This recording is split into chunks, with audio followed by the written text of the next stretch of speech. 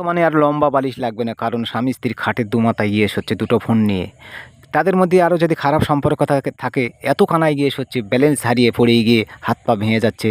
তাই মেয়ের বাবার সিদ্ধান্ত করেছে, মানে খাটের পরিবর্তে দুটো করে বেঞ্চি কিনে দেবে, তাতে খরচাও বাঁচবে, শরীরও বাঁচবে।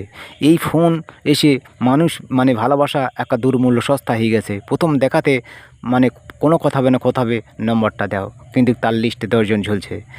যাই হোক, আর এই ফোনে থেকে মানে মিথ্যে কথা, চিটিংবাজি, মানে অলস, মানে বাপ বেটা অশান্তি, সমস্ত মানে কিছু এখান থেকে আরও শরীর খারাপ, মানে রাত বিরাত জাগা, মানে চোখের দৃষ্টি, মানে এরকম ভাবলে কত কিছু যে এই ফোন থেকে খারাপ, তার সে বলার মতো নেই।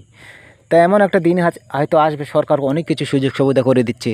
এমন একটা দিন আসবে, মানে শ্মশান ঘাটে আর কবরখানে, মানে বর্তমানে যারা মরে যাচ্ছে তাদের জন্য ফোনের ব্যবস্থা যেন করে দেয়। এই অভিযোগটা বা এই আবেদনটা আমি সরকারের কাছে রাখছি।